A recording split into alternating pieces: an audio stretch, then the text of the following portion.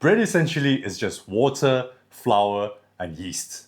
Now it got me thinking, if I replace the water with say something of a stew, could I infuse that bread with stew flavors? And turns out the answer is, yeah, you can. There's a YouTuber out there called Snack that did just that. She made a tomato soup and made it into a focaccia. She replaced water with stew and it worked. So it got me thinking, maybe I could do that. Maybe I could make braised Chinese pork into a focaccia.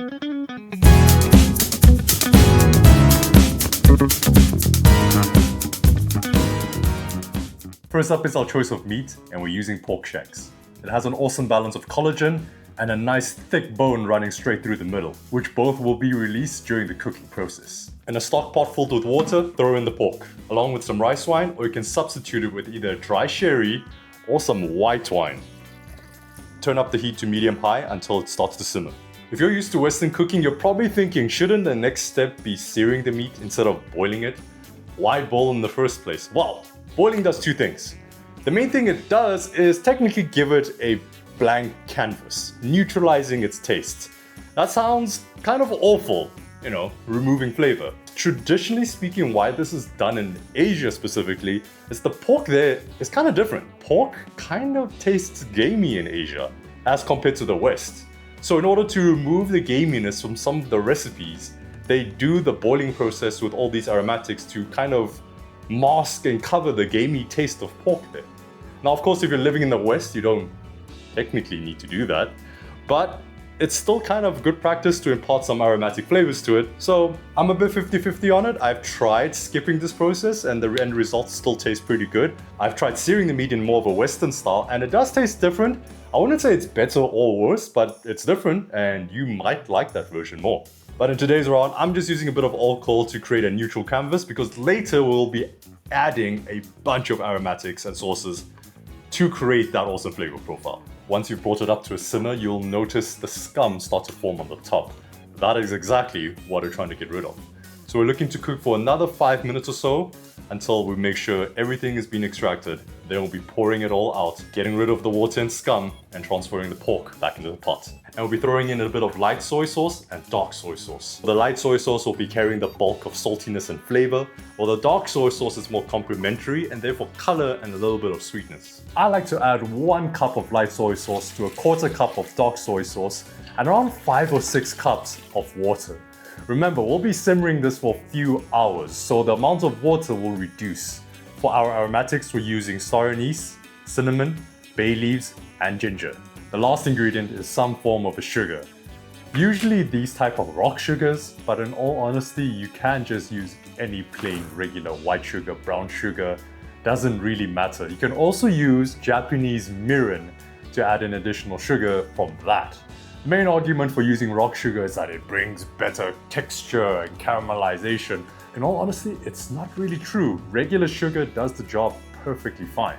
Rock sugar is just there for brownie points and playing nice with tradition. I have some lying around, so that's why I used it. So once all the ingredients are in, give it a little mix, put the lid on, and bring it to a simmer and let that cook for around 2 hours. After the 2 hours are up, let this cool down completely. Let the heat dissipate a little bit on the countertop, and when it's warm, throw it into the fridge until it's completely chilled. After letting it cool down completely in the fridge, it'll turn into gelatin. To turn this back into a liquid, we just need a little bit of heat. It doesn't need to go on for too long. In fact, just a minute or two, and it's basically back into a liquid. And when it's back into its liquid form, it's basically room temp. Pass it through a sieve.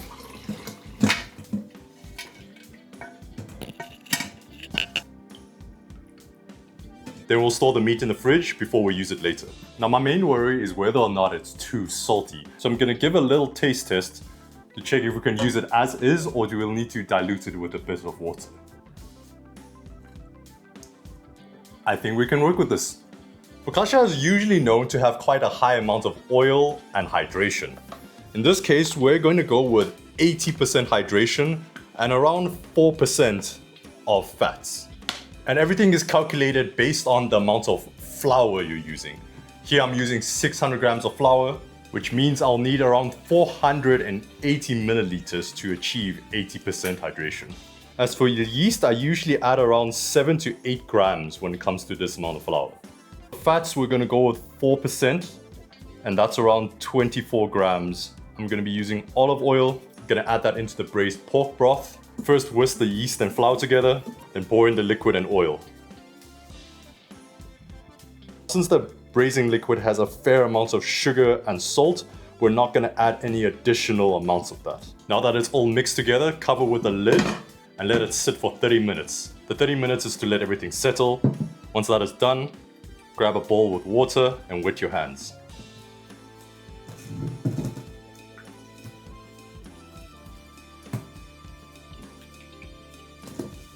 Transfer onto the surface, and we're just gonna fold the dough into itself like this. Just 4 to 5 times. Then back into the bowl, and we'll be doing this again after an hour or 2. Now again, we're going to dip our hands into the bowl of water, grab the edges of the dough, and pull them in, like so. We're going to line our baking tray with baking paper. I like to just crumble it up so it's easier to place into the tray. And from there, I'll just give the edges a little trim. Throw on a little bit of olive oil and spread that around. Now you can do it without the baking paper, but you're just gonna need a lot more oil to prevent sticking. Transfer the dough in.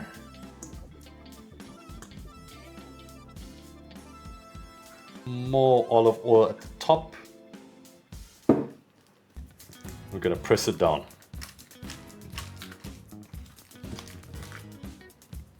Cover it with a tray while we preheat our oven. We're going to cook it at 180 degrees Celsius or 350 Fahrenheit for around 30 to 40 minutes. Well, it's time to throw this into the oven.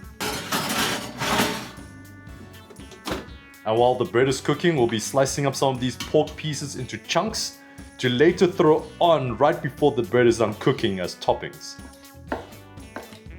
Now most of these pieces have a large chunk of bone in the middle, so I remove that and slice them into smaller pieces to around this size. Transfer that into another separate bowl. After around half an hour, we'll take it out and throw on the rest of the pork right on top.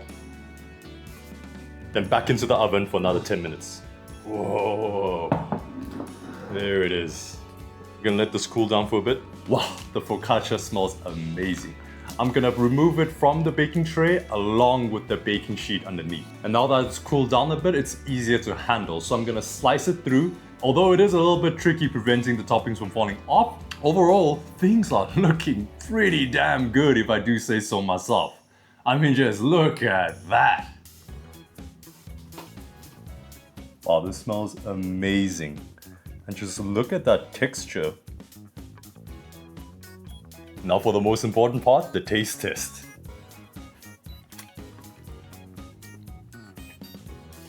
Okay. Wow. Unsurprisingly, it tastes exactly like how you imagine. The bread is just infused with that braised pork flavor.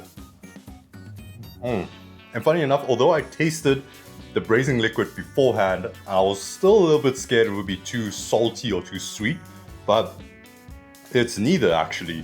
With the pork bits on top, they actually contribute even more flavor to it. And the bread by itself, it's not that intense. It's actually quite mild.